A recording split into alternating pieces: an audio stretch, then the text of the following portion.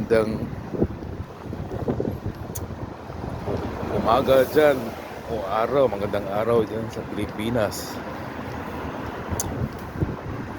Itong pinibalita sa social media, sinasabi daw ni BBM nag-leak ang message o sinasadya lang para tingin sa mga taong ayaw niya ma-impeach si BP Sara. No, some people never get. Hindi nyo kilala nga. Number 1 nga sinungaling yan. Oh, yung 20 nga bigas. Nakukuhan ba? Wala. Nagsisinungaling yan para di maipit. O ngayon, lagay natin. Ayaw niya. So ngayon, kung di basbasan niya ang Kongreso, di ma-impeach yan. Di magkuha ang voter ba yun? Di makuha ang buto niyan.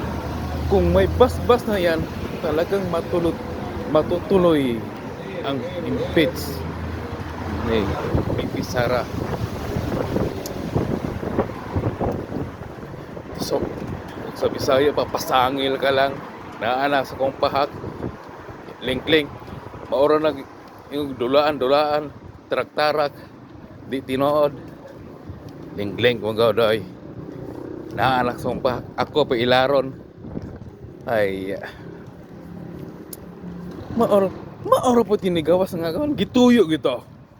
Gituyo mag-link ang iyang private message. Stilan. Kita na po ilaron mga Pilipino nga gibuguan siya nato. Bugo tano ni BBM sa tuwa ba? Sa atin ba? Tingin ni BBM sa atin ba nga bubong na tayo. Kasimple ana. Pagdakop ng kuan ng dingle. Kana pag yun. Ina yan. Bubong na tayo kung ganon. Kung maniwala kayo niyan, bubong na kayo. Putang ina.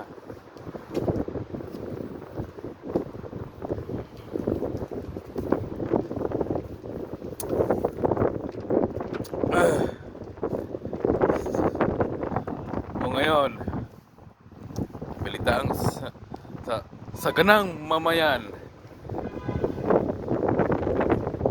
Magrarally sila ang mga iglesia ni Cristo. Yung mga kuan ni Kibuloy. Ano, hindi na sila magrally, right? Dapat magrally na yung mga Kibuloy, mga membro ni Kibuloy. Samahan niyo ang iglesia ni Cristo.